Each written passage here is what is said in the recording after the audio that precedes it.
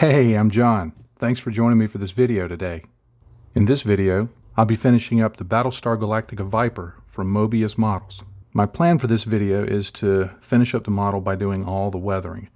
Now, if you watched the last episode, you'll know that some of the weathering has already been done because I did some paint distressing and did some hairspray chipping to get these stripes on the model. So some of that is already in place. Now, since then, I've done two things, which you wouldn't have known if I wouldn't have shown two anyway. I've done two things. As I mentioned in the last episode, I wanted to give it a test and wait a few days to see how long the hairspray was still active. And basically, after about 24 hours, it really didn't seem to be active. However, just in case, I've gone ahead and given the whole model a satin coat, which I'll talk a little more about in a few minutes. But I've given the whole model a satin coat, and just to seal everything in and prepare it for the weathering steps to come. And I had forgotten about this nose cap, and I painted it German gray, and I'll be doing some things with it here to weather it in this video. The first thing I want to do is give it a panel line wash. Now, the panel lines on this model are very deep, so they'll take a wash very nicely. There won't be any problems with cleaning the wash off and the wash coming out of the panel lines. So that's a good thing, though many might say it's out of scale. I'm thinking this is a make-believe thing. It can't be out of scale. Anyway. When it comes to panel line washes, there are three different finishes that you can have underneath the panel line wash: gloss, satin, and matte. Each one is going to give you a different look, a different effect, and have different properties. For example, a gloss coat on a model does make it very easy when you put the panel line wash in to clean up the excess that may get outside the panel line. So that is a great advantage. But when it comes to adding later weathering products, especially oils and enamels, when you're trying to streak them or do anything like that, because it's a glossy surface and it's so smooth, it can be difficult to successfully do streaks and stains and things like that. You'll find that you're constantly just pulling the oils, let's say oils, you're constantly just pulling them away from where you want them, and they just slide all over the place.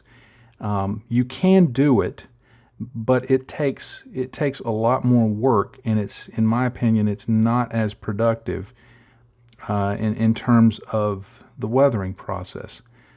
A satin finish, however, it will give you more control over those oils and enamels when you're trying to streak. Now, it's not as good as a gloss coat if you're trying to clean up the excess panel line wash and things like that. If you make a mistake with a satin coat, you have to go in with a little more of whatever thinner you're using that's appropriate for the weathering product and do a little more to clean that up, because a satin finish obviously is not as smooth as a gloss finish. And what that means is on the surface, there is a little bit of microscopic texture. So even though to your finger it may feel fairly smooth, microscopically there are just little bits of texture. If you could look at it, you would see very, very easily the texture that's there. Now, that texture helps those oils and enamels get some grip on the surface, so you have a much better time doing the other weathering. But it may require a little more cleanup with the panel line wash. And finally, if you put a matte coat on, while it will dull everything down, it does mean when you put a panel line wash on, if you get a little outside the panel line, you'll see it spread. You'll see the texture because it will spread through the texture very quickly. It has high surface tension. The matte surface will grip those oils and enamels, and as they flow, they will make very large blooms.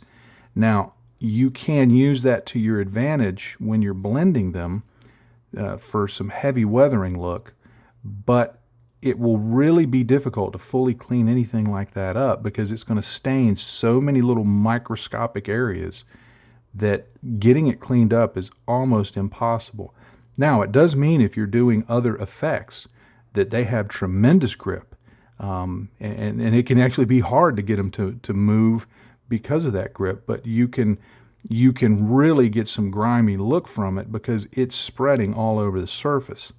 With all that blah blah in mind, my preference is to go with generally either a gloss or a satin finish. If I'm going to be doing a cleaner model where I'm not worried about having quite as much control over the streaking because I'm going to be doing very light streaking and staining, then I tend to go with a gloss finish. A gloss finish also works well if you're going to be doing acrylics for streaking and staining and stuff like that, because you can use that gloss finish to help you in cleaning them up. It seals everything below it, and you can use a little airbrush thinner to clean it up. A satin finish is, in my mind, the best middle of the road. It works well with washes, it works well with later weathering, and it's not perfect for everything, but it works well with everything in my mind. Now, of course, you may be asking yourself, well, why not just put on one finish that works well with one thing and then seal it in with another and then just keep going back and forth? And you can do that. There have been times on a model that I wanted a really clean panel line appearance, and so I would give it a gloss coat.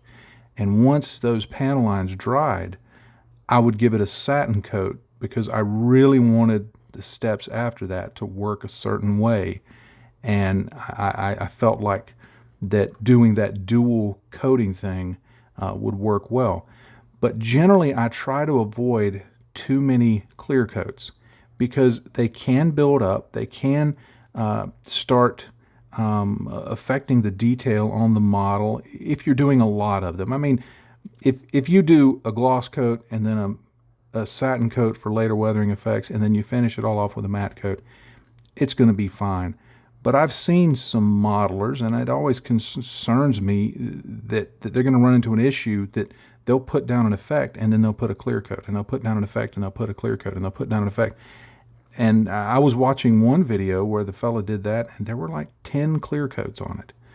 I'm just not a fan of doing that. You can do that, and if it works for you, hey, that's great. Don't ever change something that's working for you just because some guy in a video like this one, says change it. If it works, stick with it.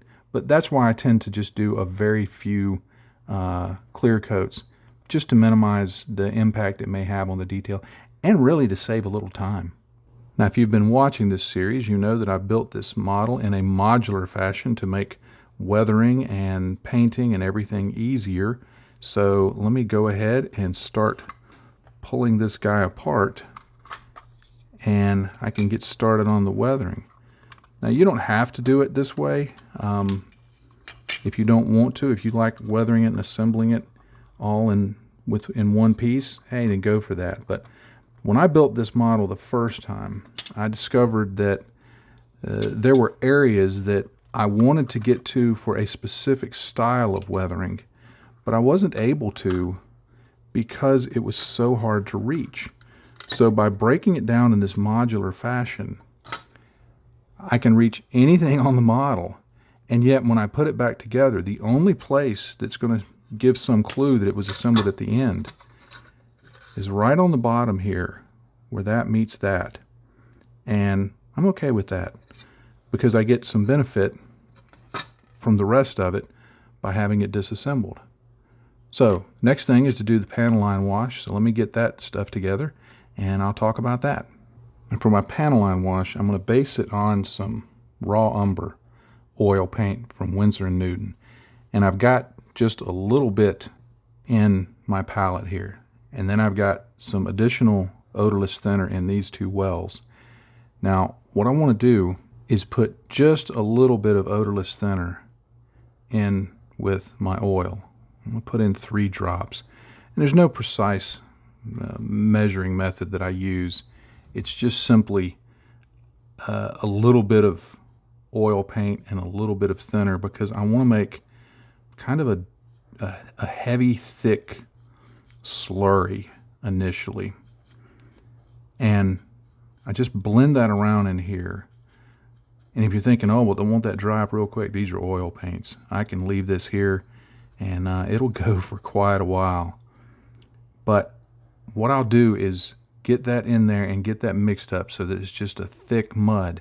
And then I'll start a process of dipping into one of these wells of clear thinner, picking up some of the oil from here and just dipping it into the panel lines so that I can really control the intensity and flow and color that's going onto the model. Now for the application, I'm going to use this cheap nylon brush. It's just a liner brush. These are fairly cheap. I get them for about $1 a piece, and they actually come to a good tip, and they're quite useful. But the great thing is, because they're so cheap, if they start failing, you just toss them and grab another one. What I'm going to do is I'm just going to damp the brush. Oh, and you know what I need? I forgot me a piece of paper towel. Hang on. There, the magic paper towel has appeared.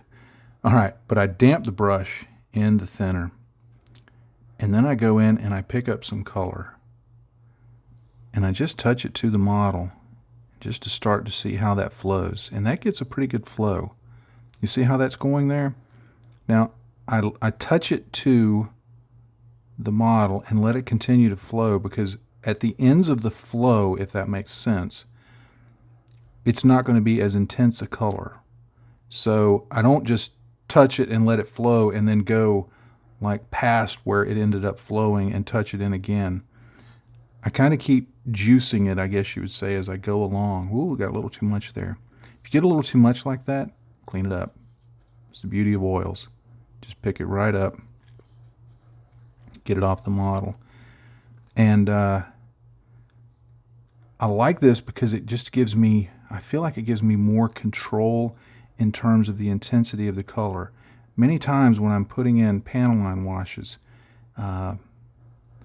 the color will initially look like it's going on pretty good, but when it dries, it may leave, if you don't get your thinning just right, it may leave a grainy look, or it may be not quite as opaque as you want. And in this case, I want these panel lines to be very filled with color. So this, while it does leave more little points on the surface to touch up, because this is going to be a weathered model, because I am going to be doing streaking and staining, that's okay, because it just kind of combines that into the process. But as you see, I just continue to touch along these lines and let that flow. And you can go in every now and then and pre-wet a line like that, and then go back into the palette and touch it up with color. But I just work back and forth until I get these lines in. Now, when it comes to the raised detail, I like to use a little more of a wet technique, where I'll touch it around and let that flow and get the surface to have a lot more of the thinner on it. And then I can go back in and touch into the color. And when I put it on the model, that color from the oil paint is going to flow around much better. And I get a very sharp, distinct line. And like I said, I'll go back later and clean this up. Now, if you're using something else, like if you're using enamels, just use those as you normally would. If you're using a thinner mix of oil, use it as you normally would. I've got this method that I like. It takes a little more time, but I like the results it gets because of the streaking that I'm able to develop from it. I will say, if you're using Tamiya accent line, the Tamiya colors, those are really good. If you've not ever tried those, they flow really well. They have very intense color. And frankly, one of the reasons, while I think oils work better for staining overall, the Tamiya panel line color would have been an excellent choice for this, but I did not have brown on hand. The reason I'm using brown is, one, it goes with the red. It's a warmer color, so it sticks with what I'm already doing. But brown tends to kind of get across the notion of dirt. grime, dirty stuff like that. You can do it with a darker Payne's Gray or Starship Filter, something like that. But I felt like because the model is already a fairly warm color in terms of the red striping and the mix of colors that I use for the base, it's not really white, it's a very light gray. But because that's already warm, I wanted to accent that with warm panel lining. So that's why I chose this raw umber. All right, I've gotten the oils on there, and you can see I wasn't trying to be particularly neat about it, and because I know I'm going to be doing some streaking and staining. There's going to be several ways when you're doing this that you can clean up oils. Like for example, on this raised detail right here, I can go in and I can just simply use a cotton bud to clean that off. It leaves a little bit of a tint to it, and I'm okay with that because I know I want this thing to be a dirty model. In places like this, I can go in and I can clean it up like that, and if I just keep working it, I can get it down to pretty much a no stain result like that. And if I want to go further in, because it does leave a little bit of shading, but honestly it just looks like post shading. If I want to get it a little more refined, I can just add, this is a dry cotton bud, I can just add a little bit of thinner, damp it off, and work on that. The other thing that you can do is if you want it to be more streaked in appearance, you can just start streaking back like that and see where it takes you. And if it's not quite what you want, you can come in with a brush, because I mean obviously that's not how I would want the final effect to look, but I can come in with a brush, damp that in my odorless thinner, and just start working that like you would any other oil weathering. And I can reduce the amount of the staining right there and just keep working that back until I get it blended to the point that I want. Again, this is where, if you're wanting a clean panel line appearance, this is where it would be most beneficial to use a gloss coat. But because I'm wanting this to be dirty, then I'm going to take advantage of what the matte or the satin surface brings to the table. Now see, I like that look. That's the look I'm going for right there. So now as I do the rest of the wing, I look at the wing in total. If this is across the whole model, it may be heavier than I want. And so as I do all of these different places, then if it seems like it's too much, then I'll go back into some of the major streaks. I may leave a few, but I'll go back into some of the major streaks, and I can continue, because of the working times of oils, I can continue to reduce those. See how I'm pushing that back towards the panel line, and it's reducing that? And then I can bounce along like that.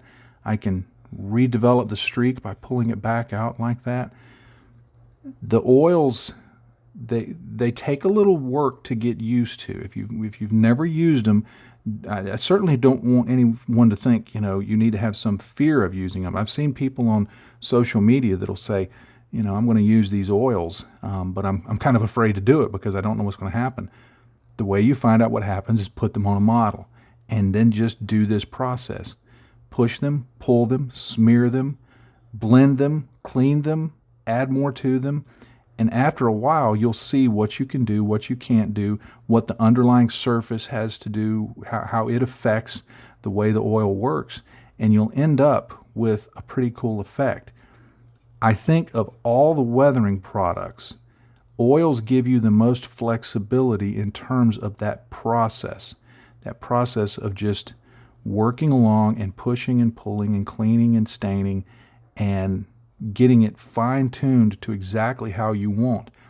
Yet they're also random enough that they give you a really good appearance of random weathering that I don't know that you could necessarily get just by trying to accomplish randomness on your own. So they're very flexible in that way. All right, let me continue this cleanup process and we'll continue moving on. All right, you can see I've got that cleaned up now, and I've left various streaks and stains, and some of it is just hints of color that I'll later go back in and develop. Like along here, there's more of a tinting. It's not a real distinct streak or stain. My plan is, my method is, as I see where those develop, those inform where later streaks will go. Like, let me see if I can get this focused in. Like right here, you'll see that there's some staining right here, and there's a streak here, and a streak here, and a streak here.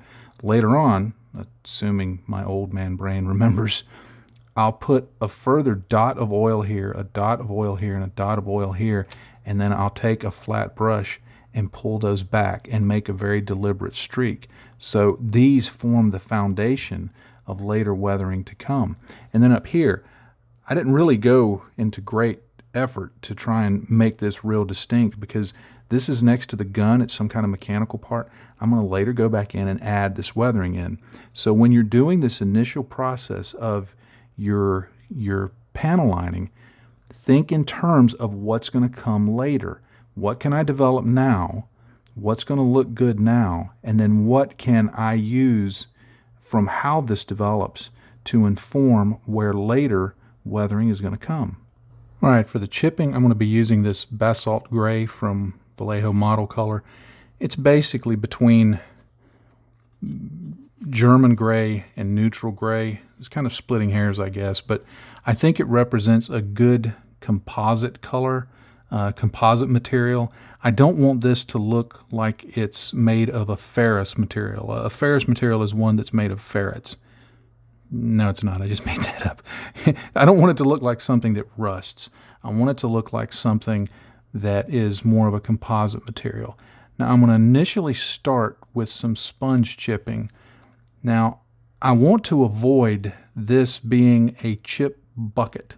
So I'm only going to place this in a few areas. I'm trying to really restrain myself. So I'm only going to put it here and there, mostly along the leading edges, and it would be helpful if it was on camera, of the wing.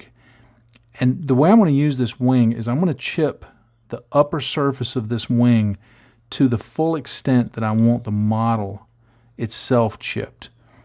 And then I'll use this as a reference as I work on the model so that the model itself will look fairly similar. You don't want everything to be lockstep perfect in terms of its density and distribution, but you want it to be believable.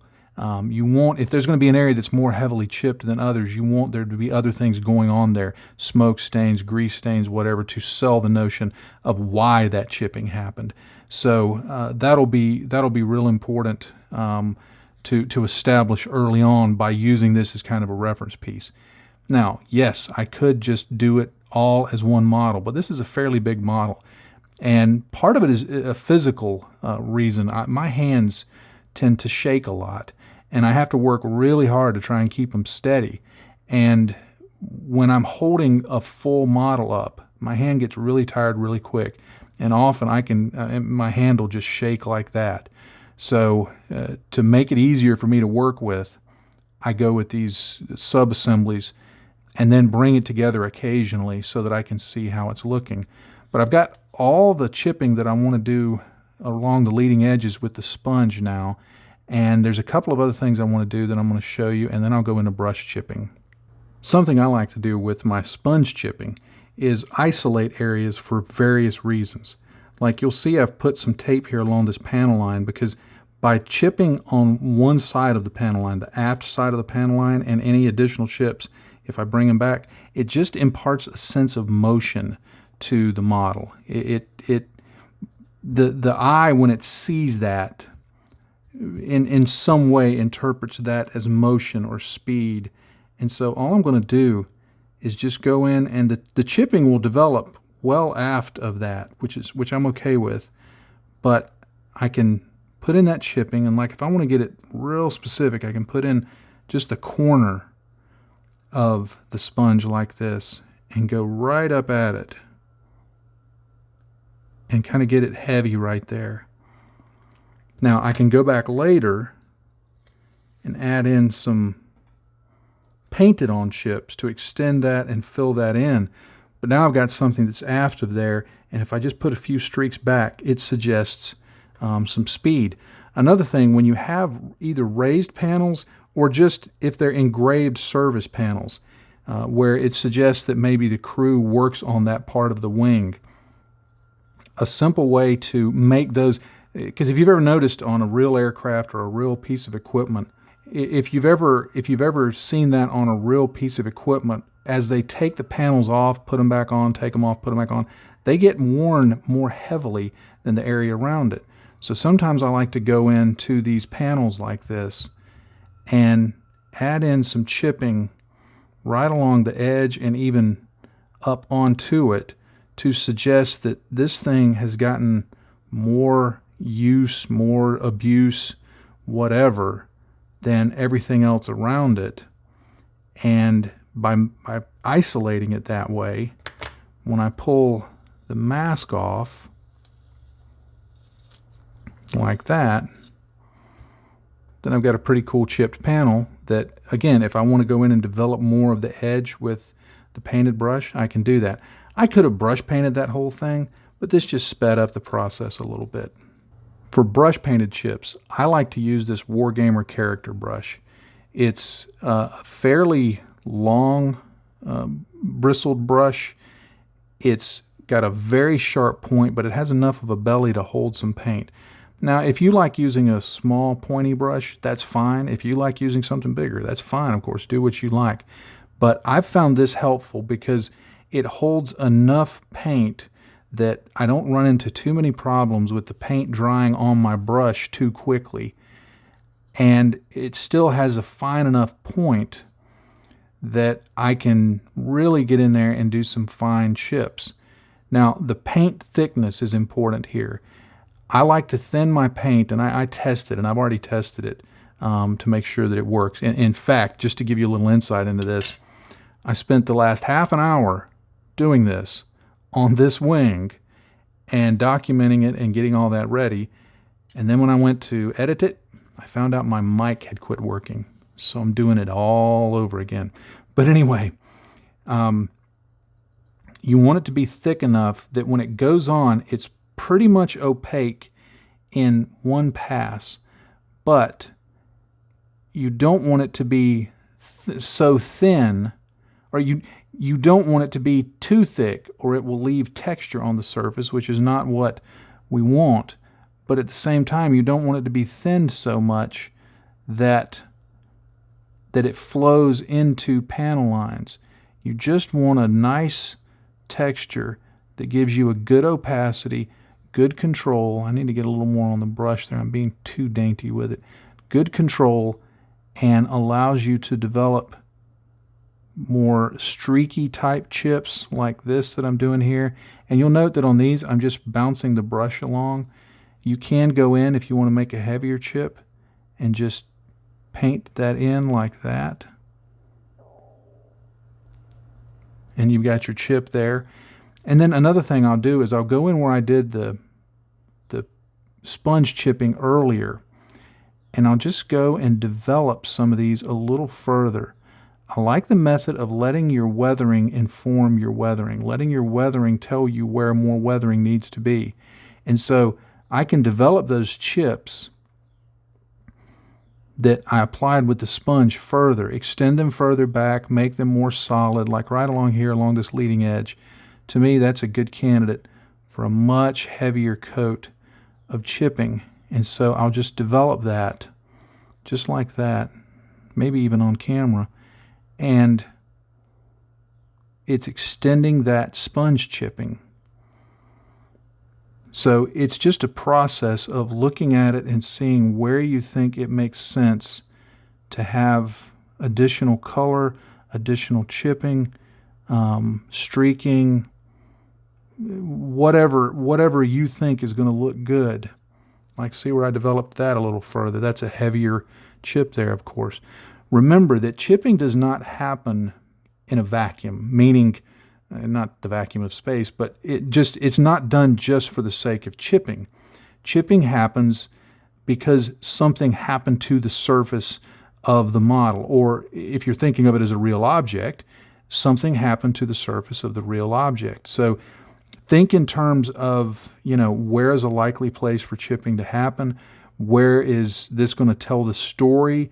And, leave little things around it so that your viewers, when they look at it, they're rewarded with being able to look at it and imagine a story. Hey, I wonder what happened there. There's a streak, there's some chipping, and then there's some grease stains and this and that, and there's some smut. Maybe there was fire there.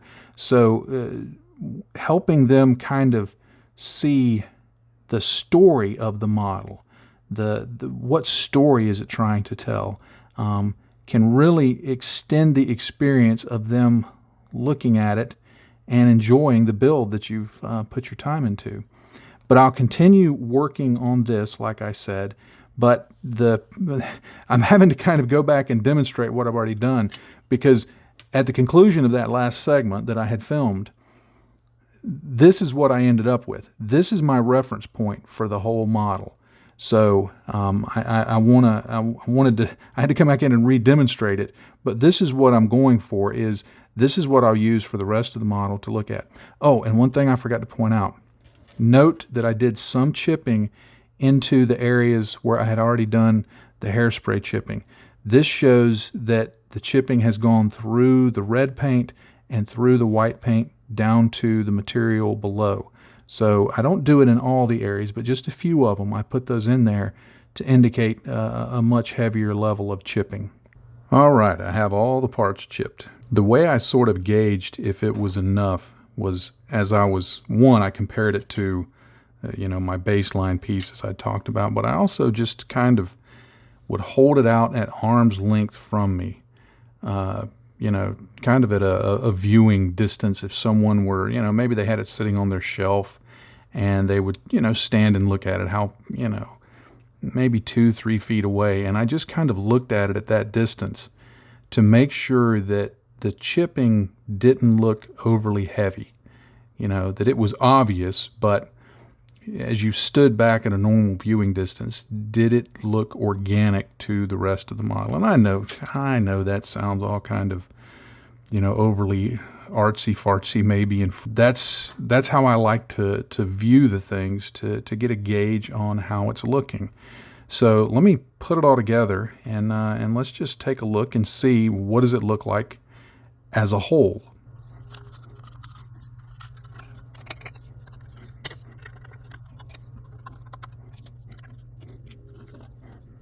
All right, so the chipping is looking like it's all one part, and I like how that looks. It doesn't look too heavy, but it definitely looks chipped, so I like the way that looks.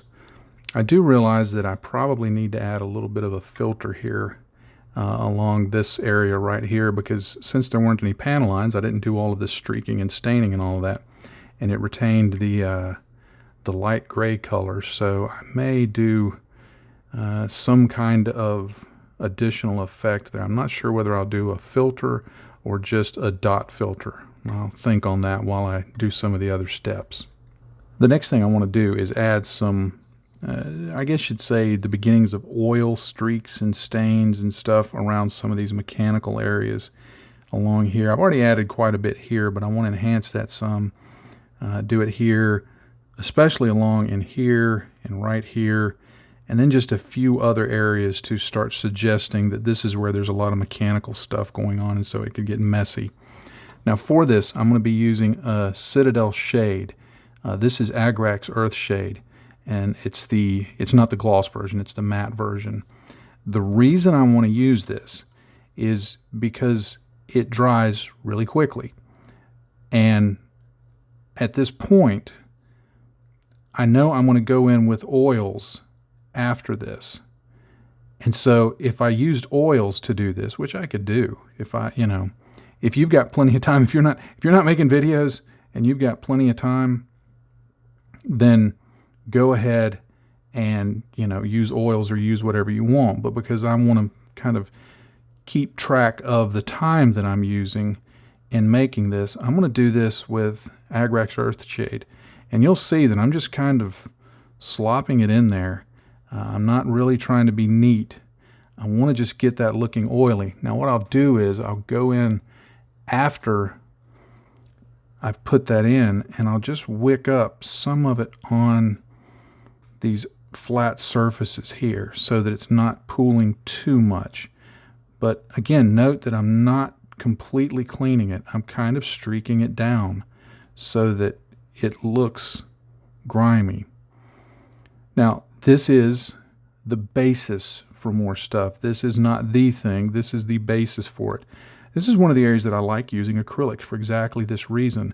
I can get a foundation of some really grimy look to it, a really oily look to it, and it dries fast. So when I go in and develop oils here, when I start putting in oils, I don't have to do them real thick. I don't have to spend a lot of time waiting for them to dry, and I get kind of the best of both worlds from the products I'm using. So I'll just continue this process along here, back along here, and just a few other areas. And once that dries, I can go in and start the oil work. Many times people will say that acrylics aren't great for weathering because they leave tide marks, that they're just not good weathering products. But let me show you a little thing that you can do with acrylics to make what I think is a pretty convincing oil stain. Let's say I want to stain here like somebody was working on this area and they spilled oil. And we'll assume the cover was off. So I want to do it below that panel line. Now I'm just going to go in and I'm just going to dab in some of this Airbrush Earthshade and see if I can keep my handshakes from ruining the line above the panel line. Now off camera, I just cleaned my brush off and I got a big old blob of water on there. And I'm just going to put that water on there, dab off the moisture on my t-shirt, which my wife loves when I do that. And I'm just going to keep picking up that oil or that Airbrush Earthshade and just move it around a little bit as it dries. And then I'm going to go back and I'm going to get some more and put in there like that into that diluted water that's floating on the surface. I'm just going to kind of let it develop. Now, let me give this a second to dry, and I'm going to go back and do it again. All right, I gave it a quick blast of the hairdryer there between those cuts just to dry it off, but you could walk away from it. From 10 minutes, it'll be dry. I'm going to go back in, and I'm just going to add some more staining, just like this. And I'm going to do the same process.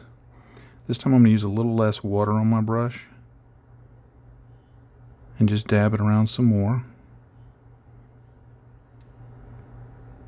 Like that. All right, I went in with the hairdryer just to dry that off. And this time I'm going to go in and I'm going to do this again, varying the pattern, maybe moving a little bit around the edges. And this time I'm not going to do the water technique. I'm just going to put in some darker spots like that to represent heavier oil.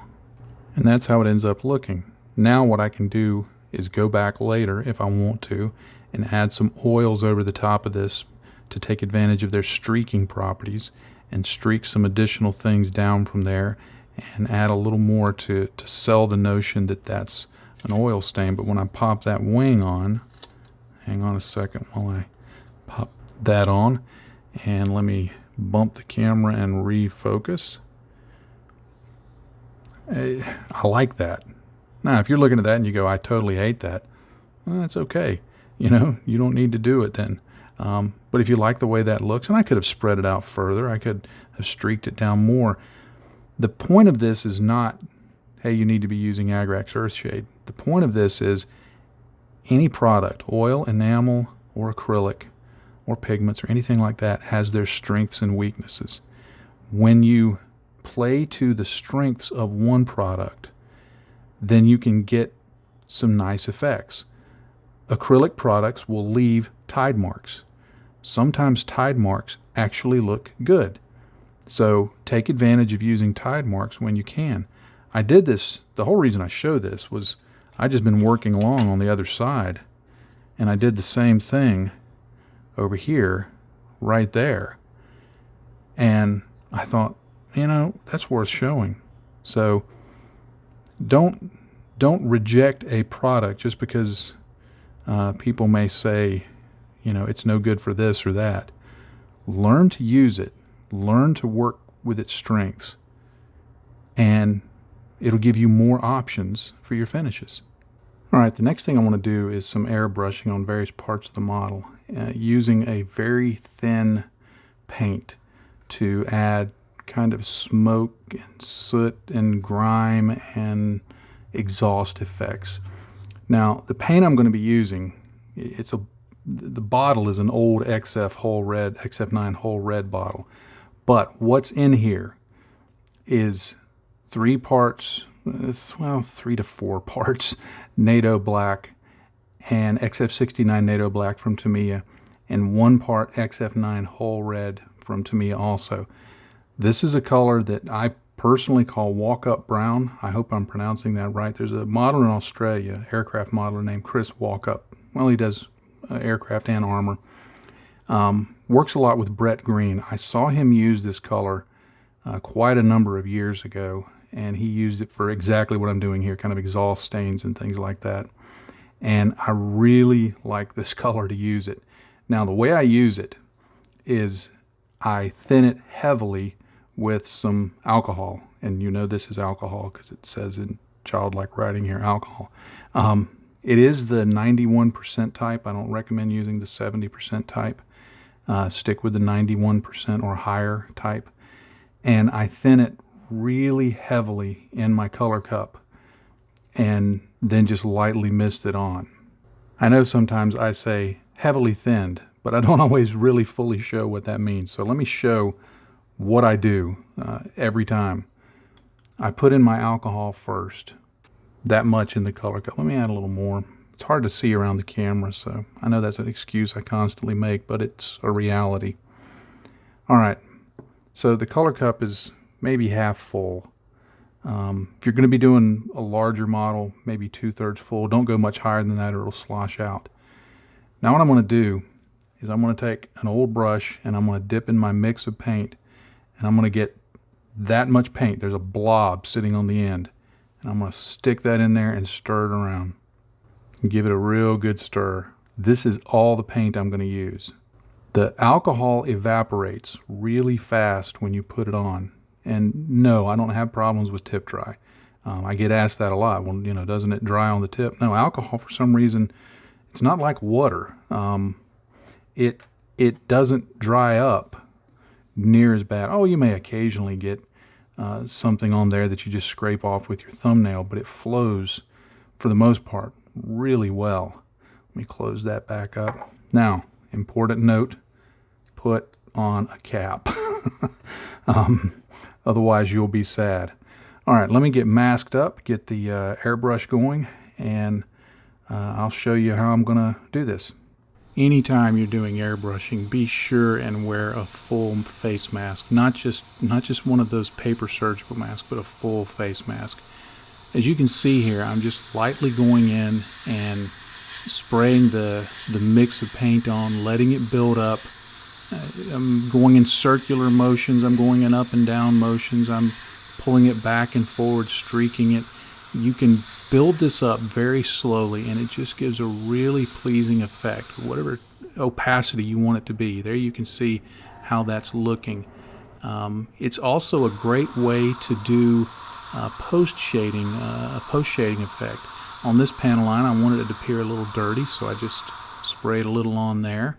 For these mechanical parts along the side, I wanted some smokiness around the edge, so I'm actually spraying at the middle of it. And then as I go around, I just sort of tilt the airbrush to let just the edge of the spray pattern catch around the edge of that opening, and leaves a pretty good look to it there. Another thing you can do that's really cool, I like doing this, is putting down some masking tape and then beginning painting on the masking tape, and then just start drawing a streak back. And once you do that, you can develop a pretty convincing stain that looks like something inside of there might have caught fire or leaked, and it leaves you a cool look.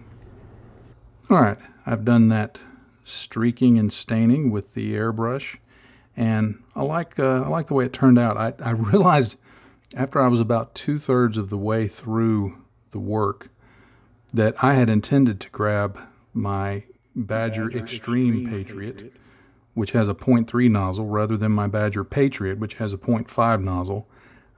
So I managed to get on through it with the 0.5 nozzle, but I much prefer the 0.3 nozzle for something like this. But you can see it just adds a little bit of a smokiness. Now, I could have done it with oils to a certain extent. I could have done it with other things, but I like using the airbrush. I like the way it looks. And it's great for, especially if you've got like on an aircraft or something, or even a science fiction model. If you've got an exhaust port and then, you know, some armor or something next to it, man, you can do some really great streaks with that. It especially works well if you do a mix of sky gray and deck tan to kind of put some smokiness around on either side of it. Looks really good. But that's a mixture that I've used for years. I really like it.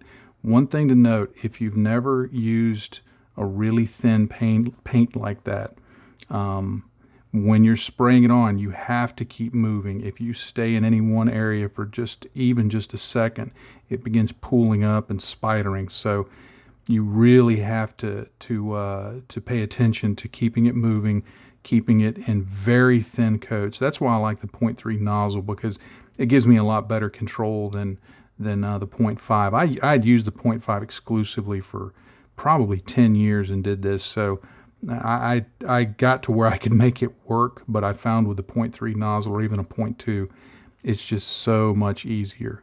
But it's a lot of fun to do it, and I love that color. All right, I've reached the point in the build that I think I'm ready to get this all assembled, so let me take a few minutes and get it all glued together and do a few last final weathering steps, and we'll take a look at how this is going to end up. All right, well, I've got everything glued together, and it went together very easy. That pre-planning and the build sequence that I covered, I think it was in episode 2 of this series, really paid off, and I like the way it looks. So I did put the pilot in. I didn't bother filming it because, one, the pilot is a bad sculpt to start with, and two, I'm not much of a pilot painter myself. So I'll just suffice to say I went with the colors that the instructions gave. I put a wash over that. I did a tiny bit of highlighting, and then I put a giant blob of glue on his backside and stuck him in there before I closed it up. So when I pull the masking off the canopy, hopefully he looks okay. I wish somebody would come out with a replacement pilot for this, because it could sure use a really good looking pilot in it. Before I do remove the canopy masking, I just want to do a few more little steps around the model just to touch some things up.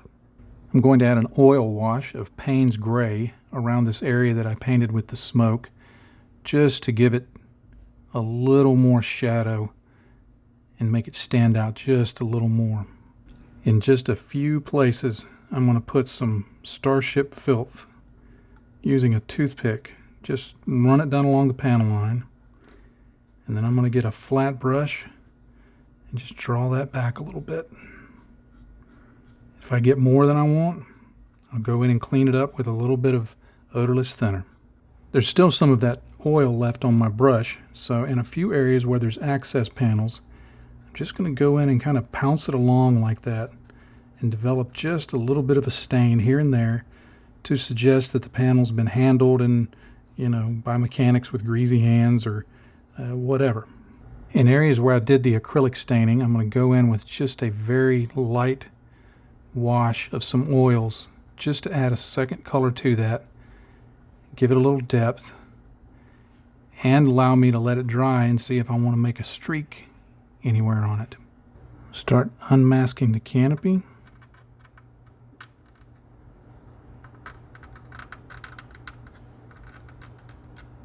All right, with that step complete, I think I'm ready to call this Battlestar Galactica Viper done.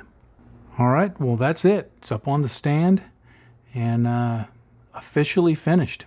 I've really enjoyed building this kit. It's as you can see, it's a big kit. I'm barely able to get it onto my normal area that I film on, and it's a really cool kit, in my opinion. The assembly has a few challenges to it, but I think if you follow along with the build, the recommended build sequence that I showed in episode 2, I think you'll find that the whole process is much easier, much more satisfying. And you don't have to do it heavily weathered like this. It can be clean, it can be less weathered, it can be more weathered. You could make a wreck out of it. There's just a load of possibilities. Lighting possibilities on this thing are huge. It's just a really great kit, so I highly recommend it. Now, I will admit it can be a little hard to find. I was blessed that a friend of mine gave this one to me, and I was quite happy with getting another one to build because I enjoyed that first one so much. So I'm very thankful. If you're watching, you know who you are. I'm very thankful that you sent this to me. And but they are available, and you can, if you watch, you can find them at reasonable prices. I wouldn't pay anything outrageous for this. Just keep your eye open, do some, save some searches on eBay and let it alert you when there's one that comes up. Be patient, and you can probably find one at a pretty decent price. And they pop up in hobby shops every now and then also. So if you have a local hobby shop, keep that in mind and check there frequently. I'm sure they'll appreciate the business. Well, thank you so much for watching. I'm truly grateful that you're watching this. And if you're still watching at this point, I'm really grateful. Thank you so much. I do appreciate all the folks who watch to the very end. That helps me out a whole lot, as does giving this video a like. And if you're still here, I would much appreciate hitting that little like, the little thumbs up. That does help me out. There's also the subscribe button down somewhere there, so if you have not already done so, please check that. There's also links down below in the description that show you where my social media presence is and my blog address and other things like that, so be sure and connect with me there. And finally, there's some links to Patreon. If you would like to support the work that I do in this channel, I would be most grateful for that. It really does help me keep going in this, and my family and I are truly grateful for your consideration. And if you're already a Patreon supporter, thank you so much. That really does mean a whole lot to us. It's what allows me to do this. Truly, I would have to cut way back on my ability or my participation in the hobby if it were not for the support of Patreon supporters. So thank you very much. And with all that stumbling and bumbling and fumbling out of the way, I'll leave you with one final thought. In this hobby, if you're not having fun, you're doing it wrong. Happy day to you, friends. Bye-bye.